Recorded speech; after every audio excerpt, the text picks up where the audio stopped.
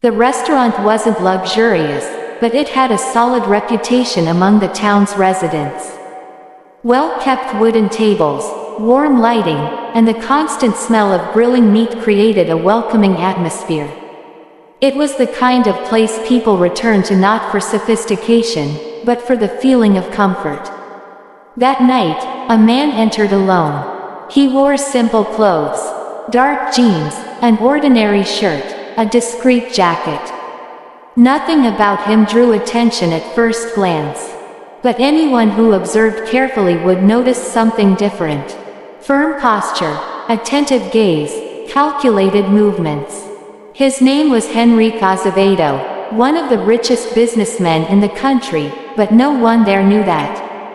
Henrique had the peculiar habit of visiting ordinary places in disguise, not exactly for fun, but because he believed it was the only way to understand the real world, without filters, without flattery, without ulterior motives.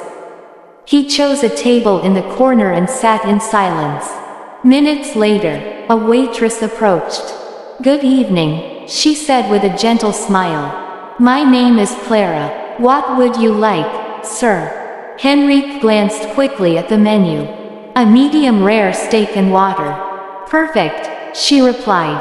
Nothing in the interaction seemed special, just another regular customer, but Clara watched him for a second longer before leaving. Something about her seemed overly attentive. When she returned with the plate, she placed it carefully in front of him. The aroma of grilled meat rose into the air. "Perfect. If you need anything, just call," she said. Henrique nodded and began to eat. After a few minutes, he noticed something unusual under the folded napkin next to the plate, a small piece of paper. He frowned, glanced discreetly around, and opened it. The message was handwritten.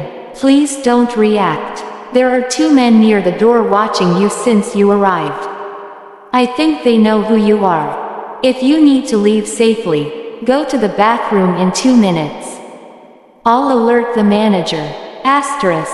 Henrique froze. His heart raced instantly. He showed nothing outwardly.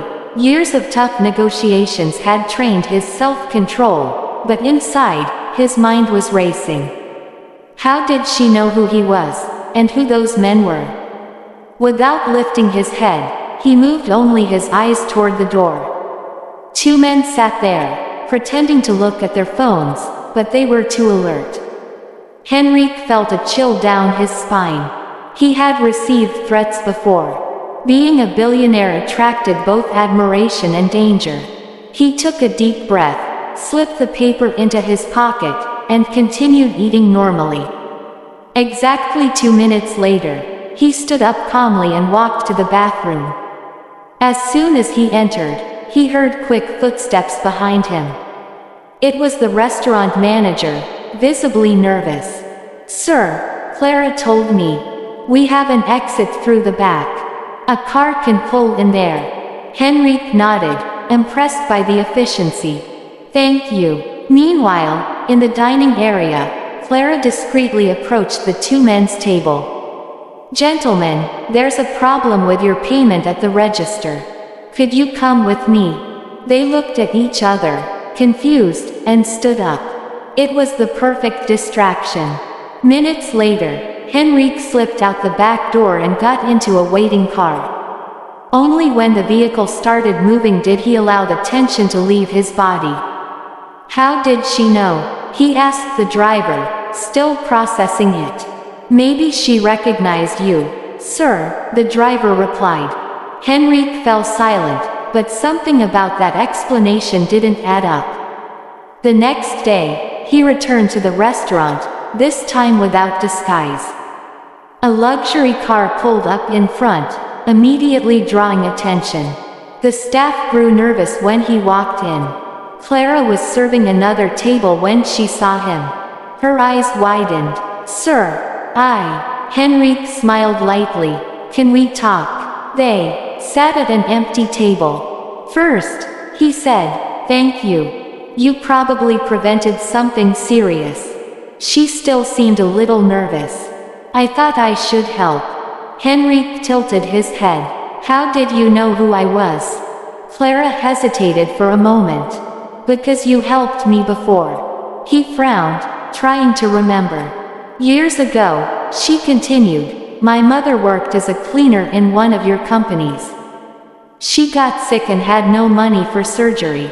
You created an emergency fund for employees and paid for everything. Memories began to return, a corporate program he had barely followed personally. My mother survived because of that, Clara said, her eyes shining. I never forgot your face from the company photos. Henrique felt something tighten in his chest. So yesterday was my turn to help, she said simply. The silence between them was different, full of meaning. Henrique took a deep breath. You didn't just save my safety yesterday, he said. You reminded me why I started all of this. Clara smiled. He pulled a card from his pocket and placed it on the table. If you ever want a better opportunity, call me. She looked at the card, surprised. Thank you, but I like working here. Henrique smiled even more. Then at least accept this. The following week, the restaurant received a complete anonymous renovation. New equipment, higher salaries for staff, health benefits. Clara knew immediately where it came from. But what struck Henrique most wasn't the danger that night. It was realizing that a small act of kindness from years before had returned at the most unexpected moment, through a silent note placed beside a simple plate of steak. And he understood a powerful truth. Kindness never disappears. It simply finds its way back when we need it most.